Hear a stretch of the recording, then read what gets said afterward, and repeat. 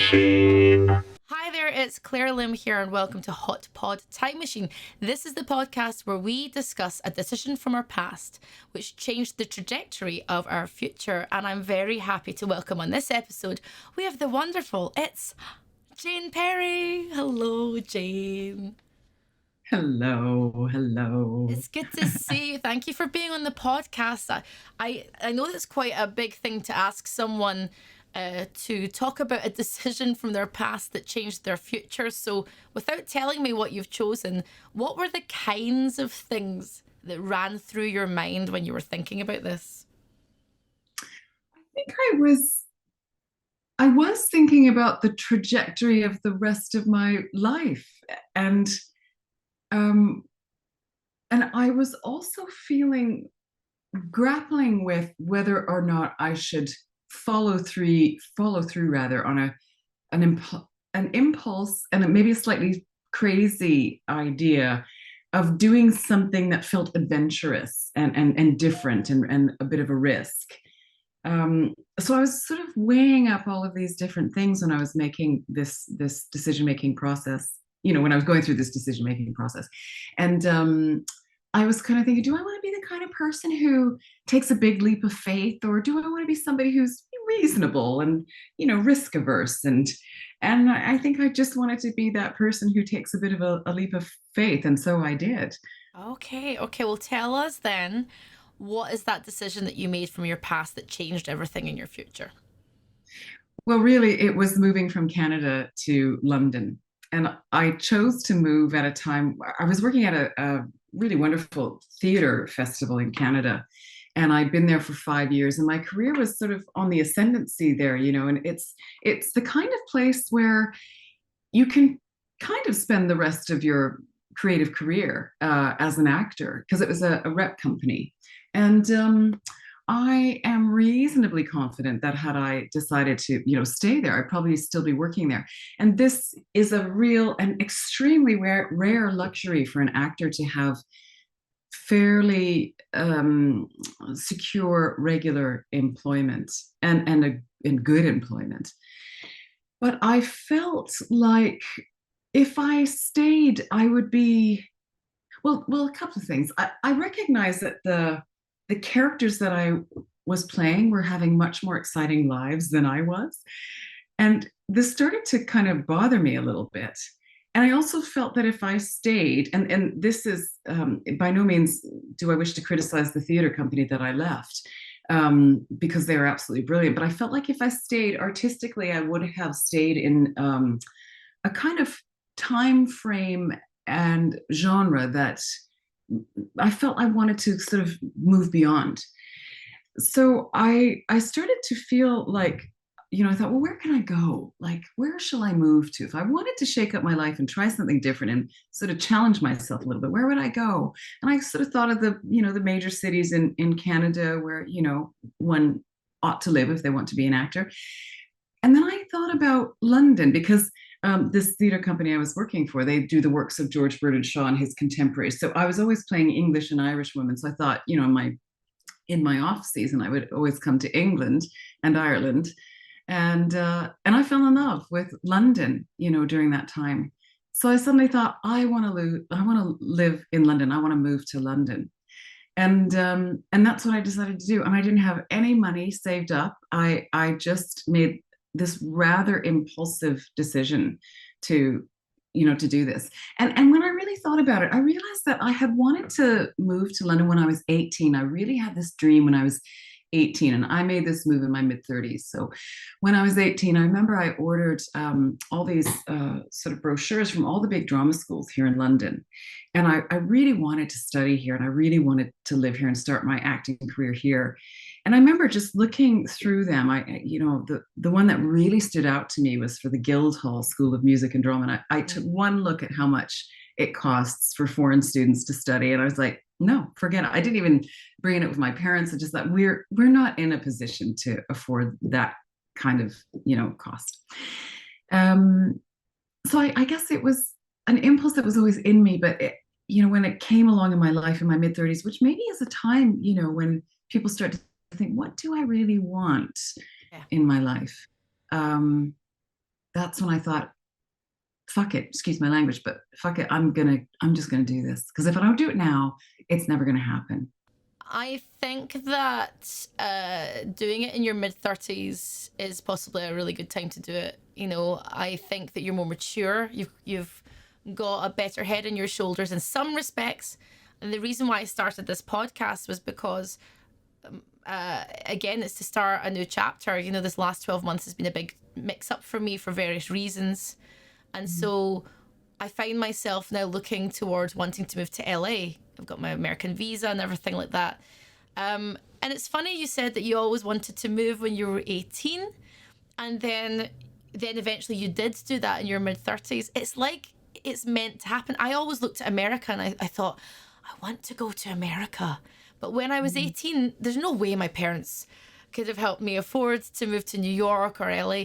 But somehow now I find myself about to maybe go there anyway. Do you think that sometimes the universe, or what is it that just makes us go there? Is it determination? Is it the universe? What is it, do you think?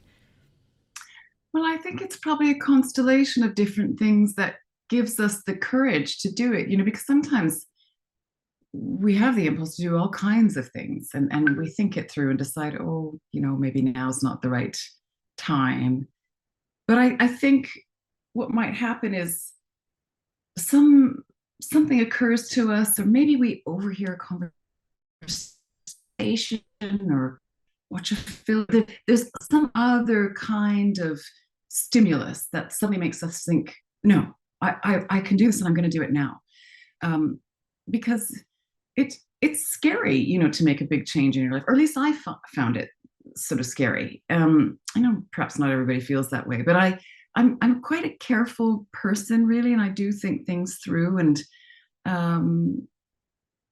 I guess for me, it was just a few things happening at the same time that converged at the same time that really gave me that push to make this move.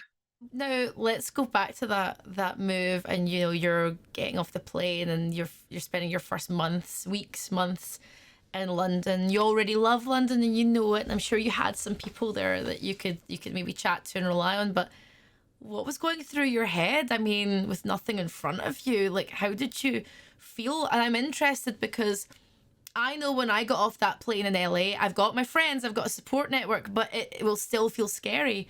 So how did you feel? I had two friends here. I actually didn't know that many people, and those two friends were great help. They were both actors, so they really introduced me to the acting community here, which was fantastic. But that was it. And I landed, and I had to find a place to live. And I ended up living in Camberwell initially. So I catch the tube down to Elephant and Castle tube station, then I have to catch a bus to my home. And I remember sitting on that bus, and the whole journey from the bus, which is probably about 15 minutes, I would just say in my head over and over again, I'd say, good things are happening to me. Good things are happening to me. Good things are happening to me. And I would just sort of meditate on that. And I think I had this really strong will to make it work. In some ways, I felt like I didn't have much choice in the matter. I had to make this work because I didn't have a backup plan. And well, sure enough, I managed to get an agent quite quickly, which was wonderful. And he sent me out on two auditions. I had two auditions on a Tuesday, I remember. And one was filming in South Africa, and one was filming in Spain. And I booked them both on the same day. Wow. And this was rather, amazing. And then I had my third audition I also booked. So I was a bit like, oh, well, this is going to be easy, not recognizing that's quite unusual. But I think, yeah, it was a bit mad. And I think I had such a strong will to kind of make this happen that I literally felt like the force of what I wanted was like reaching out into the universe, and it was just finding what I needed and bringing it back to me.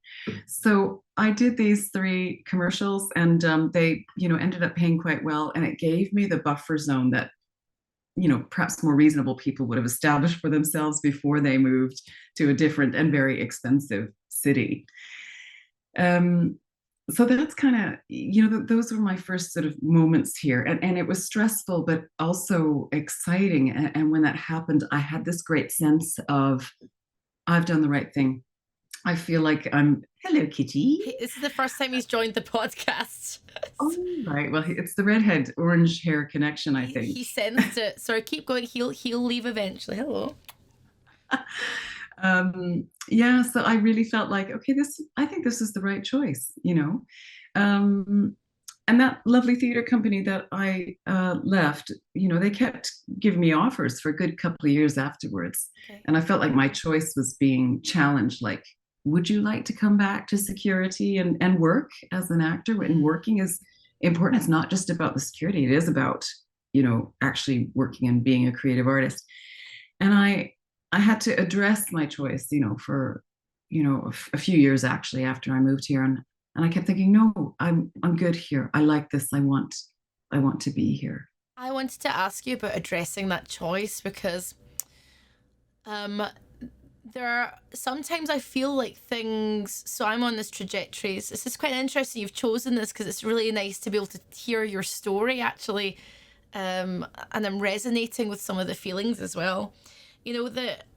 My choice is to move as well, to do this. I'm in my late 30s at the moment. Very, very late 30s, soon to be in a new decade.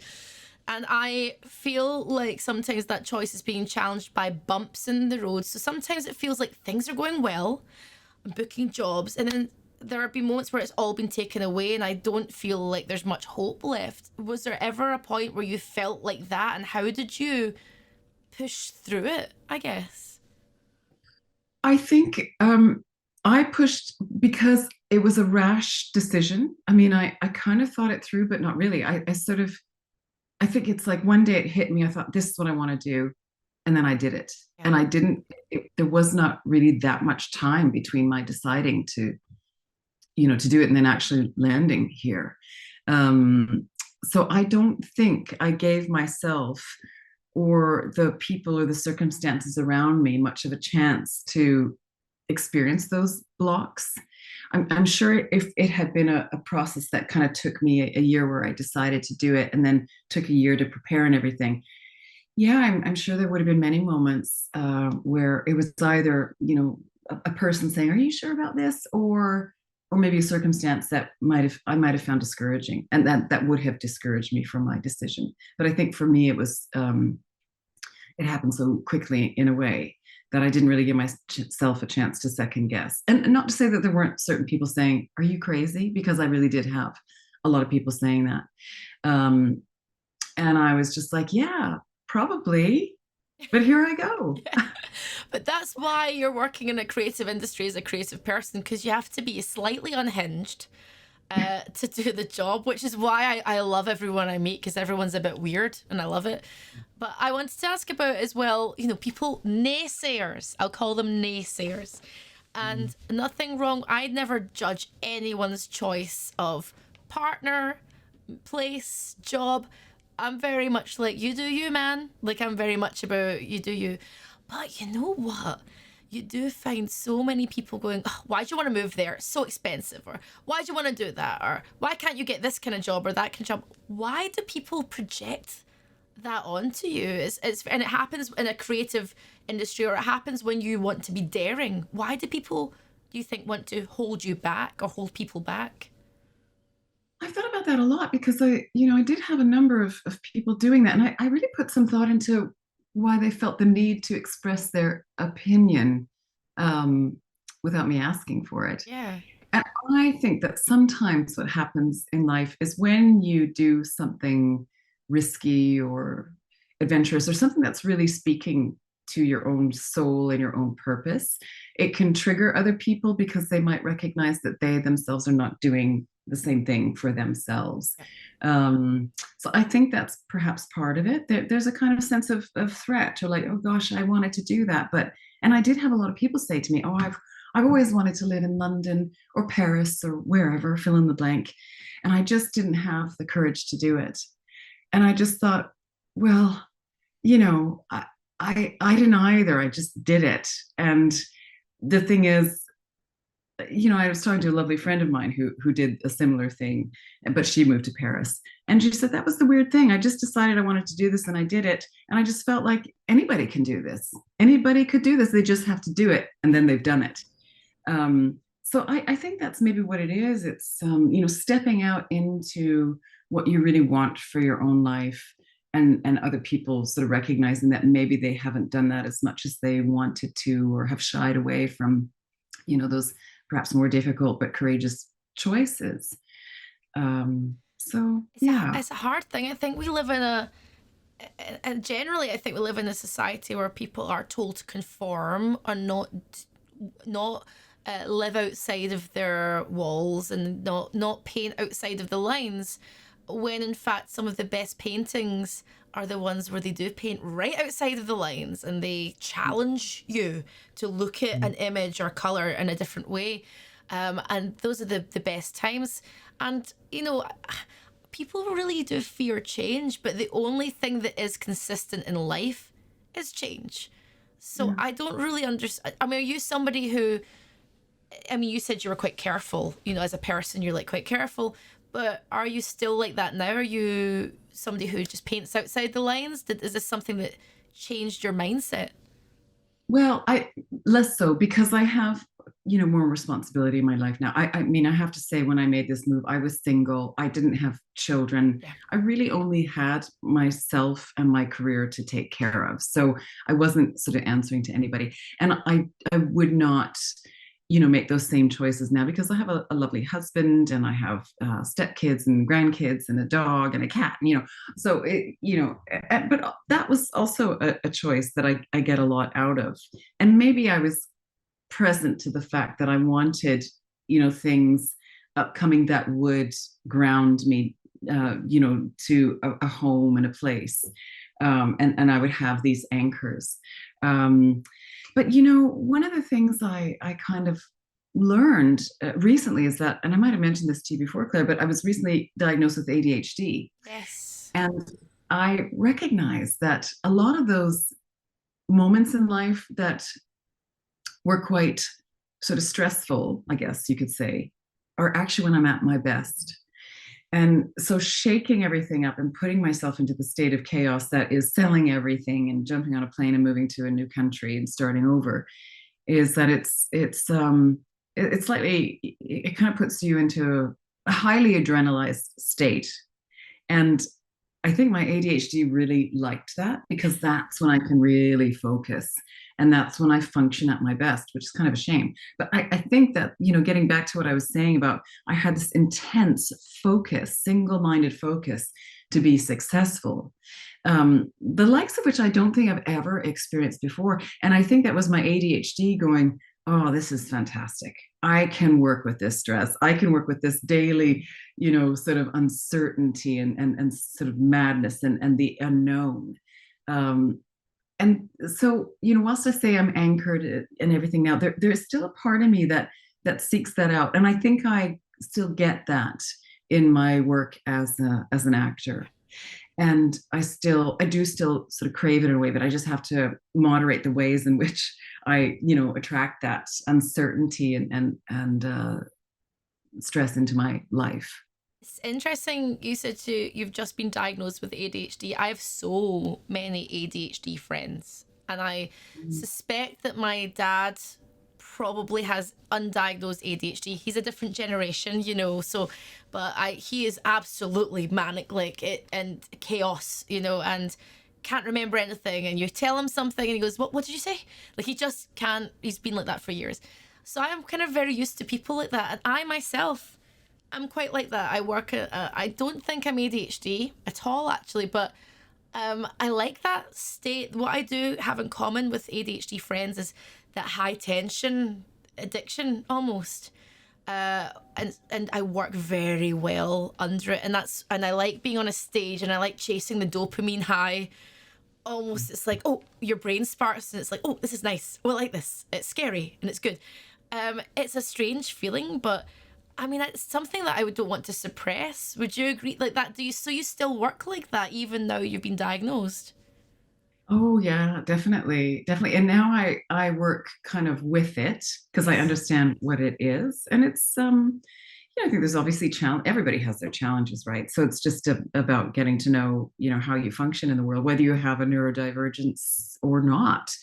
Um, so yeah, and I think, I think life is so interesting in the way that we're constantly getting these messages on how to live our lives and what an appropriate life is. And, the, I don't know, there's so many kind of rules and regulations, whether they're obvious or just suggested, that I think we all sort of are pressured in a way to adhere to. But every now and then you sort of feel like, no, why should I? Let's question all of these things. Let's question the way we live our lives. And I think it's great to be able to do that every now and then. I think that thing like that dopamine high that you're talking about and seeking something that's slightly out of the ordinary is actually a really wonderful thing because it forces us to question the status quo, which does need to be questioned. Yeah. You know, uh, I think on a fairly regular basis, especially these days. And there's just so many different ways of living our lives. And some people, they need to sit in front of a computer and crunch numbers, and God bless them, Yes. and but other people need to do other things, and have that dopamine hit, as you say, or be in scenarios that other people can't even imagine, Absolutely. doing. So, There's no right or wrong way to live as long as you're not being unkind and you're not being cruel. And yeah. that is the main thing. But going back Mm. to when you moved to London, obviously, we all know the trajectory of your career and your work life, and that took off, and like you are where you are now. But in what other ways did your life change for the better, would you say, having had this move apart from your career stuff? Well, being a Canadian, Canada is such a wonderful country, but it is, especially if you live in Western Canada, it does feel rather far away from the rest of the world. And I really had this desire to travel. I really wanted to travel more and see more of the world. And London is much closer to the rest of the world. It's closer to Asia and Africa and of course Europe. And and these are the countries that I ended up going to, and that was a great gift to me. I felt so blessed to have the opportunity, and most of that was with work. I felt extremely blessed to be able to travel, with work, and also just with my husband Hussein, for example, who've been to some really interesting and lovely places, and I feel pretty confident that I would not have had those opportunities had I stayed in Canada. And then, of course, I have a beautiful family, and I'm sure I would have met somebody in Canada. There are great men there, but I met my husband. I met Hussein here, and I've got these fabulous stepkids, and so this is something that I mean, it's sliding doors, isn't it? You just think, well, I mean, gosh, what would my life be like had I stayed, my personal life? But the personal life that I have here, I feel it also very blessed for that. And I think the other thing that's so interesting about moving, in my experience, is that it changed me as a person. I think there were certain things that I needed to learn about the world and about myself, and I'm not sure that I would have challenged myself to. I learned things I didn't even know I needed to learn. And I don't know if that process would have happened had I stayed in Canada. So it was very good for my own, personal development, if you can call it that. It's a funny thing. Like, I think you get to a certain age, and I'm not saying that I'm old or whatever. I think it's at some point age becomes completely irrelevant, and especially at this age. But I've been thinking about this recently. I know how to do my job. I can do my job, and it's fine. But recently, I've had experiences that have put me completely out of my comfort zone. And it's not even that I don't know how to do my job, it's about working with different people from different parts of the world in different environments, in different teams and groups of people that have different chemistry. And it's a lot for your brain to take. and you have to do your job at the same time. So I'm constantly learning, and I think I resonate with that a lot, because I think, oh, it's surprising. You think you know everything, you think that everything's fine, and then all of a sudden you go, oh, shit's hit the fan, or oh, this is a bit weird. I'm scared. And there's been times in the last, I'd say, 6 or 7 weeks where I felt extremely vulnerable, like a small child again, Mm. which I haven't enjoyed, but has been really good. I think we have to be slapped around sometimes. And do you Yeah. still feel like that now, even though you're settled, you've got a husband, a lovely family? Are there certain jobs, certain situations that still make you feel vulnerable, would you say? Yeah, I definitely think that. I mean, I just got a master's degree in teaching actors, and yeah, I found that a really challenging and uncomfortable experience in the sense that it was, it's an academic degree, and academia I find is not my place. It's not my spiritual home. Let's put it that way. But I was, had to do it, and I did find that really challenging, and I felt really out of my center in a way. I felt like, okay, I have to stretch myself here to, to adopt this sort of different language, which is the academics language, and just the nuts and bolts of studying, which I hadn't done for a long time, and also doing that with ADHD, and undiagnosed ADHD. It was sometimes a real nightmare for me, and I really felt stretched by that. But it's a funny thing, isn't it? Because after the fact, I look back and I think, oh, thank God, I'm glad I did that. I'm glad I did that. I wouldn't want to do it again necessarily. But again, the ways in which me has stretched me have expanded me as a person, and including my confidence and my sense of self. Like I just feel like, yeah, I can do stuff. I can work hard, and I can be in a state of discomfort, and also in a state of perhaps insecurity as well, and overcome it and get to the other side, and be stronger. So I think, it's great to be able to handle these moments of feeling challenged, and to feel okay with that, Yeah. and know that that state of like, oh God, this is not does not feel good, it will pass, Yeah. and we'll come out of it, better for it. I know this sounds very emo, but like I almost quite enjoy feeling the extremities of human emotion, because I think from day to day we're always just trying to get through. I'm thinking, how do I pay my rent? I need to get this next job, or you're just kind of chugging through, gotta clean the litter tray, gotta feed myself, whatever. But I quite enjoy the feeling of discomfort, and it makes me feel alive, almost, to feel the depths of sadness or extreme excitement. Does that make sort of sense, I guess? Oh, it really does. I watched this fabulous documentary called "100 Foot Wave." Oh, okay. I'm, I don't know why, but I'm really obsessed with surfers, and also have this kind of fascination and deep fear of like the water and tidal waves. Yep. I used to dream about tidal waves all the time, and I find that the idea of them so exciting and thrilling and terrifying at the same time. Anyway, these guys, these surfers, and they're not all men, there's some women too, they basically spend their whole lives and all their money and everything chasing massive, massive waves that they can surf, and they go all the way around the world. And I just find this so interesting, because they talk about their relationship with fear as though it's like this entity that they carry with them all the time, and that they have to grapple with and negotiate with. And of course, in order to surf, like, if I was able to surf a 20-foot wave, I'd have to grapple with my fear. But they're like surfing these monster waves, these beasts of the ocean, and they love that. That's what makes them feel alive.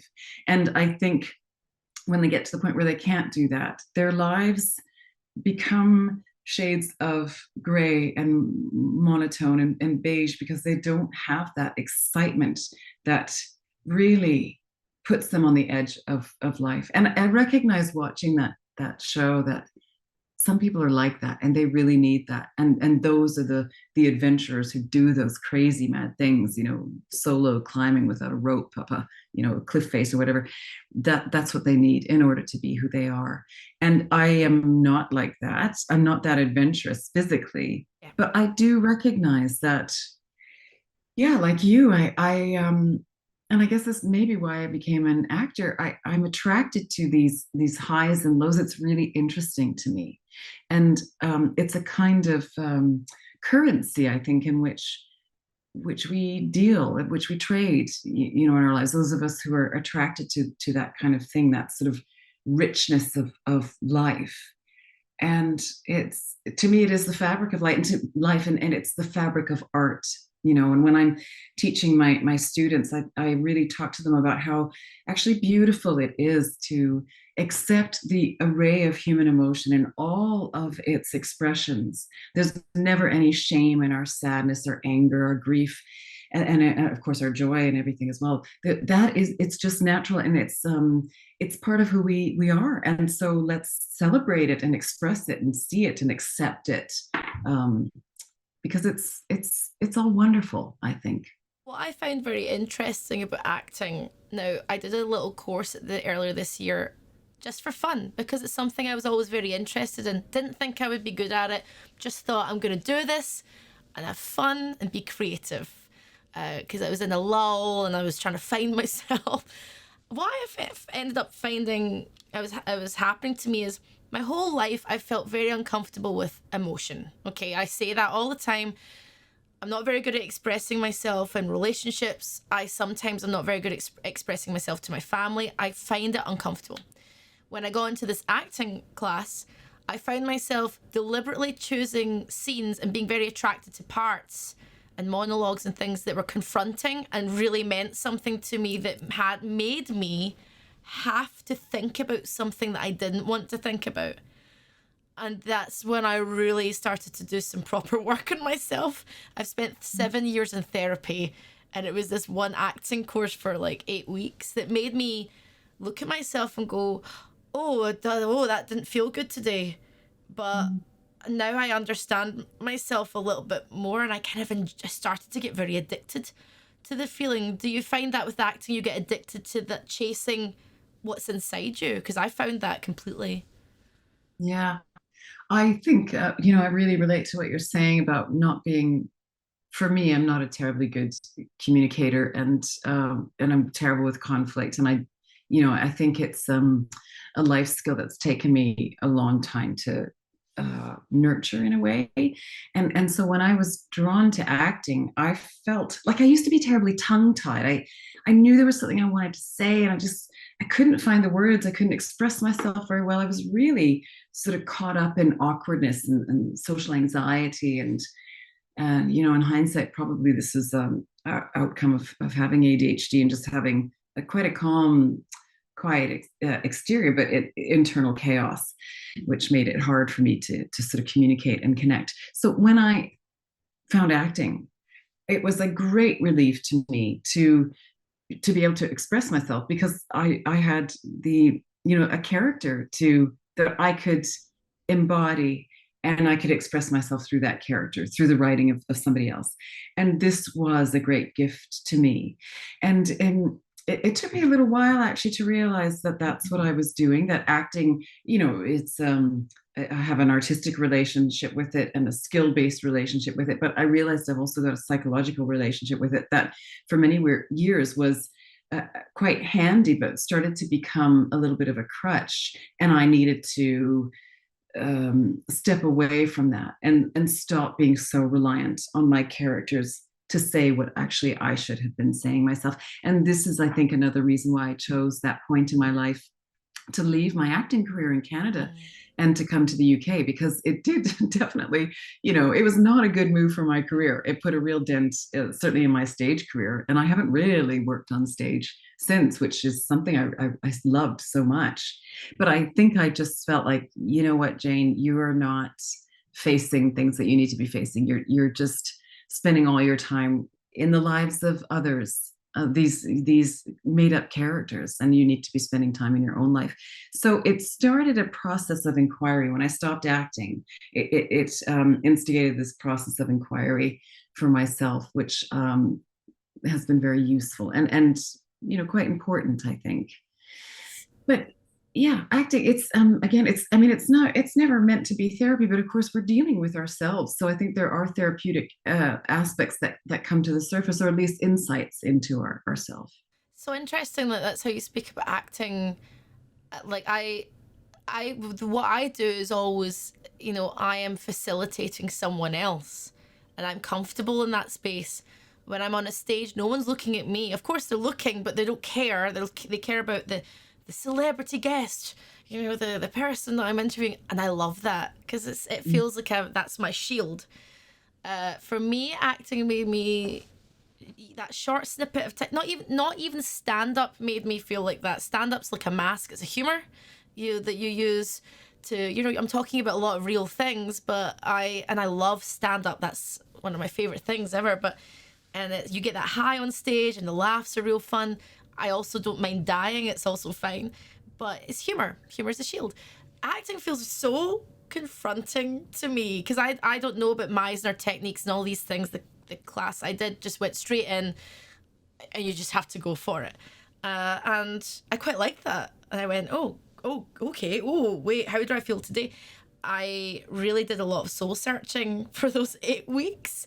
But now that I'm not doing it again, I'm like, I feel like I'm not looking at myself properly again. I've gone back the way. So I kind of want to search for that again, So it's interesting because it's not my career. So I was using it as therapy, I think. I'm like, Yeah, well, this is the best therapy. yeah, no, I think it is it is interesting because I think the best actors are people who are really aware of their own impulses, um, and it's interesting to me, when you're working with maybe less experienced actors, how much they're constantly stifling their own impulses. But really good actors feel their impulse and they go for it, and they bring it into their work. And so what they're actually doing is bringing themselves into their work. They're bringing the human being that they are, including their gender, their culture, their age. They're bringing all of that into the work, and they're really allowing themselves to show up in the character. And I think that process of really kind of allowing this kind of, well, how should I put it? Just allowing yourself to be is not how we're really meant. We're not really taught to be that way in the world. We're No. taught, actually, especially right now, to actually be quite disconnected from ourselves. So when you're learning to act, what you're learning really, amongst other things, is to be connected to yourself so that you can recognize when you have a creative impulse. And this is, this is great personal work. I mean, that's what mindfulness is, I suppose, in some ways, and self-knowledge, just understanding, who am I and what do I actually want? And I mean, for myself, when I was younger, I really didn't know. I was quite clueless.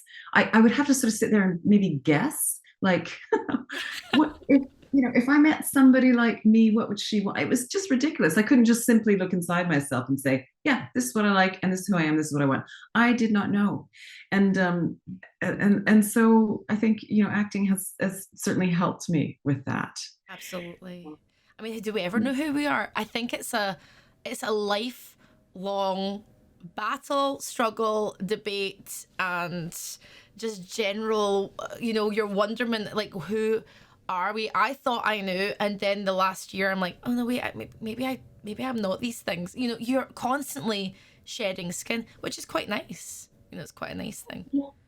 I think you're right. I mean, I think we go through sort of chapters of our lives where we actually change quite considerably. And I think, for me, it did have to do with a shifting of values that are more centered around family and place and home and, all of that sort of stuff. And that's really interesting to look at, how things that used to be incredibly important to us suddenly no longer are. And I have moments like that, and I'm like, wow, this is really different. I don't I don't have that same value I had when I was 30 or 40 or whatever. It's different now. And it's like, great, okay, fine. Well, that's who I am now. And that's all good. You know what? Like, and I say this at the end of every podcast. It's so funny when I do these podcasts. I'm always in a certain mindset or place, and then I speak to someone like yourself, and it just, whatever. It's a funny thing. It helps me in that moment realign my brain because I've not had a great week, and it's been really lovely to speak to you and go, yeah, it's gonna be okay. Everything's gonna be fine. And it's a lovely thing to listen to your story. But I mean, for where you are now and you're content, you've got this family. Of course, we all have problems and small niggles in the day, but it's good to hear that big sort of weird decision you made took you to a grounded place. The chaos came back full circle, if you know what I mean. It really did. And I think it's really important in life to think about what you want and to just be really clear about it, and then to start cutting a path towards that. And of course, as I just mentioned, the things that we want shift and change. But I really do believe if we have clarity about what we want and we're able to maintain a positive attitude about it, that the universe comes up to meet us. The road will rise to meet us. And this has certainly been my truth. And I feel that, when I have similar conversations with friends or people that I meet, that there is something in that, being crystal clear about what you want and then believing that you can have it. Because as I was saying, a kind of side effect of moving to England was that I ended up traveling so much. And that was something I really wanted in my life. I just was really clear I wanted that. And I didn't actually make the connection at that time that this move here was how I would get that, as well as the other things that came from it.